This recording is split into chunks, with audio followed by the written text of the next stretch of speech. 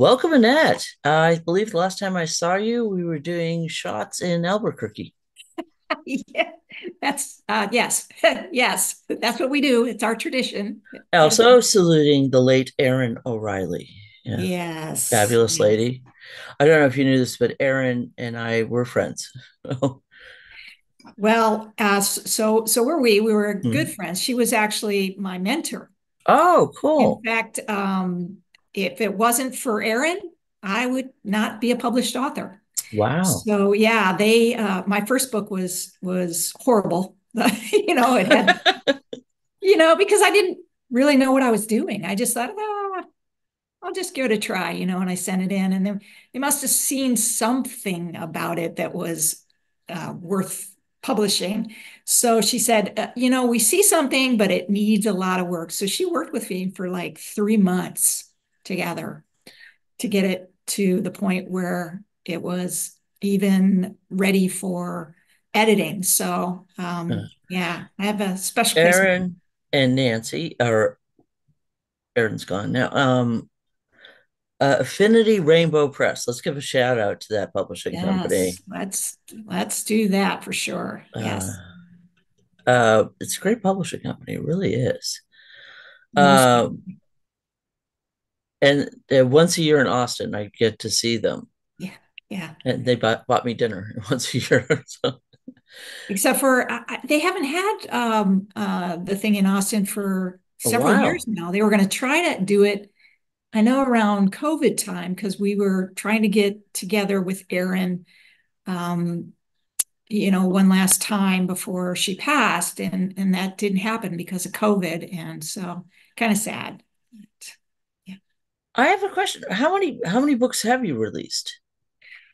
Oh It my says gosh. 24 in my notes, but it has to be more. I was No, doing the yeah, it month. is. I think with Love Hacks, we're now at, I think it's like 31 or 32. I've Now, lost Love track. Love Hacks is coming out when? It actually is on pre-order right now. And So that it's link is in the description below. Pre-order for that. great. Yeah. So And that goes live, yeah, it goes live on June 1st, but people can sweet. get it now, pre-order. And it'll be coming out in audio sometime around release, I would think.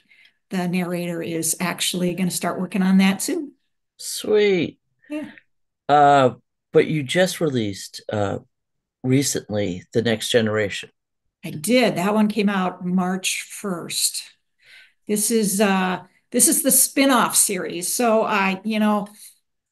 originally I and good story about Aaron on this one. Originally I'd said I really want to do all kinds of different subgenres and I don't want to get pigeonholed and I really don't want to do one type of book. So I said I always said in the very beginning, I'm not going to do a series. I'm not going to do a series. I'm not going to do a series. And then Hmm. I put out probably my highest selling book to date, Asset Management. And so many readers came back and said, we want a sequel. We want a sequel. So I said, all right, I'll do a sequel, but only if you write it with me, Aaron. So Aaron and I wrote the sequel to um, Asset Management called The Organization. Mm-hmm. And then after that, I guess I fell in love with the characters, and it turned into to quite this series. I call it the Organization Universe. So I just last year put out a trilogy called the San Diego series that had the characters from the organization in it. Right. And now the spin-off series is 20 years in the future, and it's the children of the badass women in the organization. And they've decided they want to take over the family business. So they're getting into the business of taking down the bad guys. Yes, I So couldn't help notice it opens March 2043. yes, right, Kind of right. stood out there. Yes. For the review, I if anyone wants a taste on that one, you were not in Kansas anymore. It's a little teaser on the website Yeah. where I love that you have KG McGregor at GCLS. And I was like, wait a minute, I was there for that one. Yeah, I did. Yeah, you know, I guess I do Easter eggs with a lot of different things. You do. So You do. I think a conference call asked for short stories, and I believe that's the one where I did the short story, the 40-year-old virgin, lesbian version. Conversion. Yeah, conversion, and because they wanted it about going to the con. And so I wove in a couple of books, one book that I hadn't quite written yet, but I wanted to write, which was about two young women with Down syndrome, Hmm. unconventional lovers. And so I wove in this author who was going to be meeting, talking with a fan who she'd already written the book, the one that was in my head, and wanted to talk with her because she said, now I see myself in this, because in this short story, it's about an older woman who Right. has Down syndrome, who's an avid reader, and she falls for a woman who is visually impaired, severely visually impaired, and from her perspective, a bit overweight, but from the woman, she's perfect. So they fall in love at the con, and that's how I wove Yeah. in those. And the author who writes the book is the one who is the author in the review, the book, the review, which is about an author who falls in love with a fan. Right. I know it's all convoluted, isn't it? I Well, just I weave all love these. best described as romash, as again, love that. My made up word, yes. I love it. Hashtag romash. Hashtag romance. And it's like I was it and I'm a little bit older and I'm like, did she make that up or is Yeah. that one of those things that all the kids know? Because I didn't get that chill in a Netflix thing till someone had to explain it to me. Yeah, no, I'm, you know, I turned 65, so Oh, okay. We're in the it's same not, neighborhood. it's not a new kids word. I'm pretty sure I made it up. Yeah. Romash, but it describes very well. You have such a variety there. And I do that too. I remember sitting in Austin Yeah. and someone brought up, well, have you guys ever considered doing cross genres, but keeping the L and I said, well, you've never read my books. Right. You've Yeah. obviously never read my books because we do, as you mentioned, I do mysteries and Yep. straight on romances and Yep. yeah, Yep. so yeah, I considered it and I've done it and I continue to do it. It's fun. Yeah, it is fun. It is just Yes, fun. I agree. I agree. I like yeah, I love romance, but I don't like just romance. In fact, it's my least favorite, which gives Affinity fits. They want to tear their hair out every time I turn in a book that has this like quirky whatever storyline. They're like, gosh, can't you just give us a contemporary romance? And of course, I have written those, Mm, but they're not my favorite. I like the different stuff. I like the fantasy. I like the paranormal. I like the hmm. quirk, you know? So, But yeah, okay, here's your contemporary romance, but she's boarded back too. Like, right, right, exactly. Yeah. She's in the in between. I think I yeah, wrote a book about that where two women get in a coma and they end up meeting in the in between, and then they have to find each other after you they come out of did. the I'm coma. pretty Yeah. sure you did. It's Yeah. one of my favorite things, though, and in my dorky little fangirl intro, I said if people have not read your blog, they really should be. Is your Oh, blog everyday interest? Because you, it's I love it so much. I really do. I oh, go, I thank check things. you. I haven't read the latest. I know there's a new one I haven't caught up with. But when you are scrolling through and you see titles such as Masturbation Part Two, how can you not want to check this out? Thanks. And I totally agree with it. It's very informative, and it's like if you're like, oh, it's again, if you get a problem with that, you obviously haven't read anything I've ever written. But Right. it was great. And Dear Abby, that one, and that one, cheers to Dear Abby on that. Cheers to Dear Abby is right. And I did not know that they make double toilets. And I've been with my wife for over 3 decades, and there's just some things we're not sharing. No, no, us neither.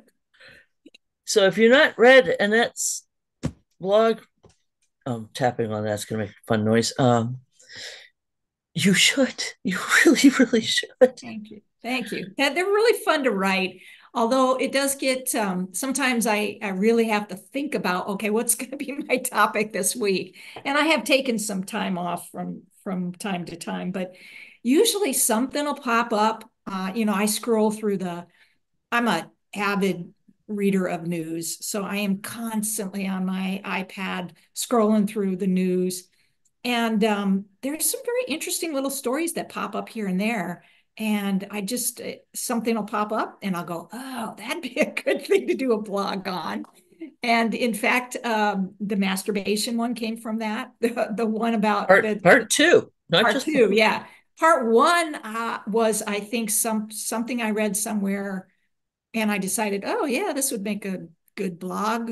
And so I wrote that, and then part two I wrote after this video that my wife found, and the latest one is on orgasms and how straight women have less orgasms than oh, I definitely need. lesbians. Duh. You Uh, know? well, I have some reading to do.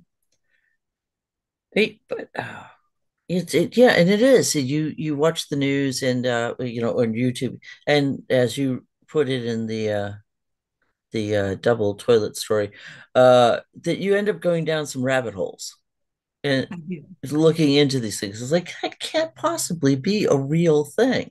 Right, exactly. Yes, it's And if true. so, why?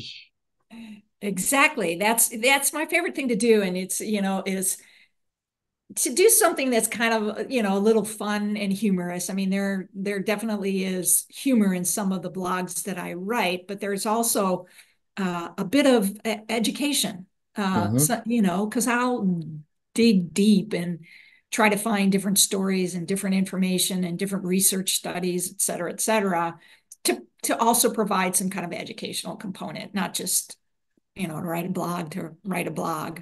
Right. The most challenging Correct. thing is, because obviously I'm writing the blogs because it's fun to do, but I'm Hmm. also writing the blogs as a way to, remind people of my books too. I mean, let's be Yeah. honest, it's also a marketing tool. And the hardest thing is to try to tie these topics into books. The last paragraph is always a bit of a stretch, and at times I'll just flat out, admit to I'm not sure how I'm gonna tie this in, but click the links below, and anyways.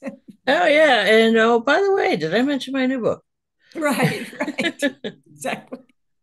I was talking with it was during football season few years back, and Shane Curry and I were with the same publisher at the time, and we were talking about the games on Facebook, and because it was the old days, and I'm like, oh right, so I'm supposed to be writing right now, and I guess we need to make Emily happy. By the way, checkmate, gotta go.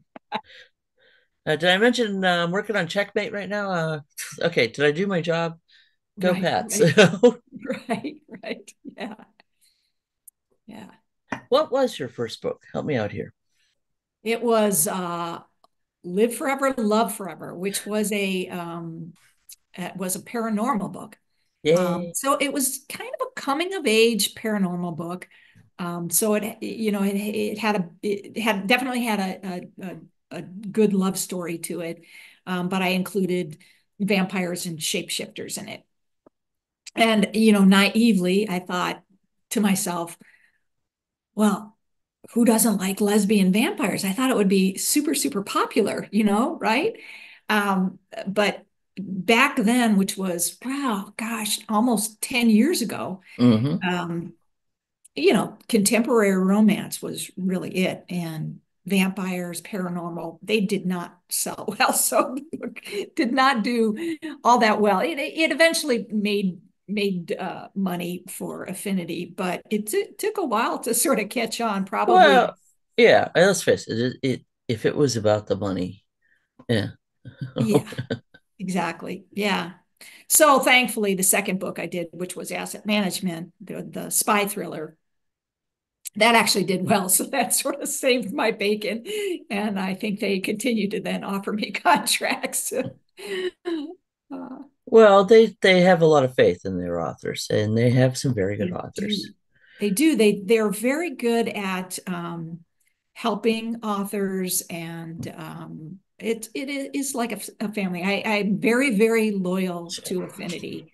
No shit. There's a lot of people who are indie now, and they're probably, doing great and have complete control and all of that.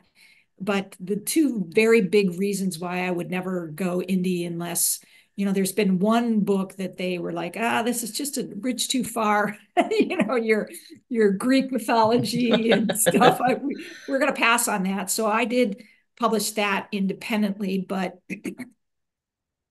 I would never go independent until I won't put out a book that's not an Affinity book unless I send it to them first and they say, thanks, but no thanks. And as you know, there's a lot of heavy lifting when There you're on your is. own. There is a lot of heavy lifting. And, it's not like I don't have the time to do it. I'm retired. But it's that You would think it would be, oh, you I got. you would, yeah, you're right. You would think. I'm not sure that I write as much now that I'm retired than I did when I was actually working. But yeah, I don't want the hassle. That's another part of it. But the bigger part is just tremendous loyalty to Affinity because I would not be published without them. I'm going to take a look now. Let's get to it. Tell me about Love Hacks, your brand new book. It's Yeah, in the series. it is in the series. Yeah, So that must two be. two of the main characters in the asset management organization series, the original love story in asset management was between Tony, who is this genius technology expert, and Shar, who is this kind of badass woman who's very strategic and very intelligent, and she works for this covert organization, and they're trying to recruit Tony and her two friends. So Love Hacks is actually the love story of their daughter, Joy, who is takes after, she looks like her mother Shar, tall, beautiful, red hair, but she spends so much time with her other mother, Tony, in the lab that she's kind of this technology geek, right? And she is very shy, except for all things tech. She has no confidence. So she's Oh, zero confidence with women. So she's just graduated from the National Defense University because the women in the organization have this alter ego. They can't let people know about their organization, so they take jobs on the outside. So she's trying to decide where she wants to work. And she's had this crush on this woman that she's gone to university with, but she hasn't talked to her. She doesn't. And she gets into this sort of battle on the internet, a hacking battle where she's trying to get into the NSA where this woman works. She doesn't know if this other hacker that she's getting into the battle with, who's keeping her out of the NSA and keeping her out of the dark web, is this woman that she has a crush on. So they're battling, they're dual hackers, they're battling online, and she's thinking she's her enemy, so on and so forth. And finally, the organization discovers that the hacker that their daughter has been messing with is this woman who works for the NSA, who has her own axe to grind. So they ultimately join forces. And of course, the love story between Joy and Sadie. action, You know, adventure, and romance. and then lots of action in between. They go after the bad guys who are, running the mines and Ah, having young child labor and all the, nasty things that the organization fights against. Nice. What do I? You have some Christmas stuff up. Donner Jr. I have a note on that. Donner Oh Jr. yeah. saves the day. Yeah, Affinity likes to do Christmas They anthologies, do. and They really do. the Donner Jr. Saves the Day is one of the Christmas short stories I've written, and I think I wrote two elves falling in love. I wrote a short story about that. So there have been several times that I've done. Mickey's Christmas Wish was with characters from Love Forever, Live Forever, where they have triplets, and so there's a number of stories. And with Donner, Affinity said, well, do you want to also put that out, after the anthology? Do you want to put that out as a separate short? And I said, sure, you can put it out as a separate short. So that's how that evolved. But most of the time, they actually have us do short stories for a Christmas anthology that Affinity does because Julie just loves Christmas. She really Uh, does. yeah. And so we've done that a number of years in a row. This year, actually, Allie and I got together, and so it should be coming out at Christmas time. Scrag, the lesbian Christmas story. And so it's Oh, a little a little play on words there. The main character is Eben Scrage instead of Ebenezer Scrooge. And she's just this ruthless runs this financial consultant company, CEO of, and of course, then she falls in love with Barbara Craig, who has a daughter, Tammy. Yeah, so we just finished that novella, and that'll come out this Christmas. It'll be pretty it's a little fun. holiday to look forward to. Yeah, we changed things up a little bit. Allie came up with the idea. I write a lot with Allie. Allie and I have several books that we co-wrote. Um, Well, and Allie came up. Allie's so talented, and She is. I love Allie. She's probably Affinity's top seller. Her books sell like hotcakes. Um, but Allie had the idea instead of ghosts, let's do nightmares. So oh, she cool. has three nightmares instead of the ghosts. So, Definitely something to look forward to. And anything else on the horizon? yeah, yeah. I did. Every once in a while, I No throw spoilers, but I throw Affinity a bone, and so so next year's books hopefully are I'm going to finish this series. So the last book in the series is Love Sins. Again, the daughters of some of the folks there, and it continues on. And then that's the end of the series. I promise I'm not writing any more about the women in the the organization. real end Real is end. love This is the real, sins. real end.